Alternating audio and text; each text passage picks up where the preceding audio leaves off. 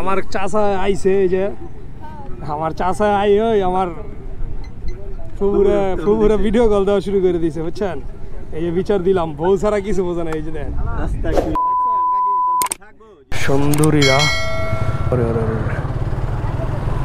সামনে মেয়ে, এর জন্য আমার কাকু গাড়ি মাঝে মাঝে স্লো করে। পদ্মা সেতু 8 কিলোমিটার। কাকা কবে যে এরম করে লয় বমু? গার্লফ্রেন্ড নাই, এইগুলা দেখলে আর মনটা চায় না সিঙ্গেল থাকি। আপায় আমাদের সাথে অনেকক্ষণ যাবৎ রাইড করে আইছে।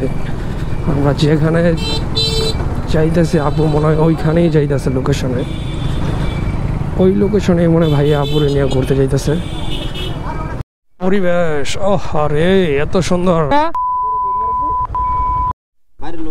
আমার চাচা আইছে, এই যে আমার চাচা আই ওই আমার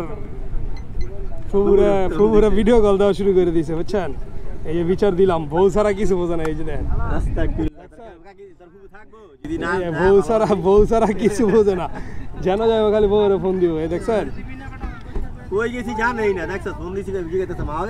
আচ্ছা কাকা, এই যে আমরা যাইছেন এই জায়গায়, আপনার বক্তব্যটা কি? এটা কোন আমার বুঝা। আমার বক্তব্য কি, আমি চাচা বন্ধু আমার সুন্দর একটা বাসর ঘর সাজাইছে, ওইটা তুই আয় পড়ছি।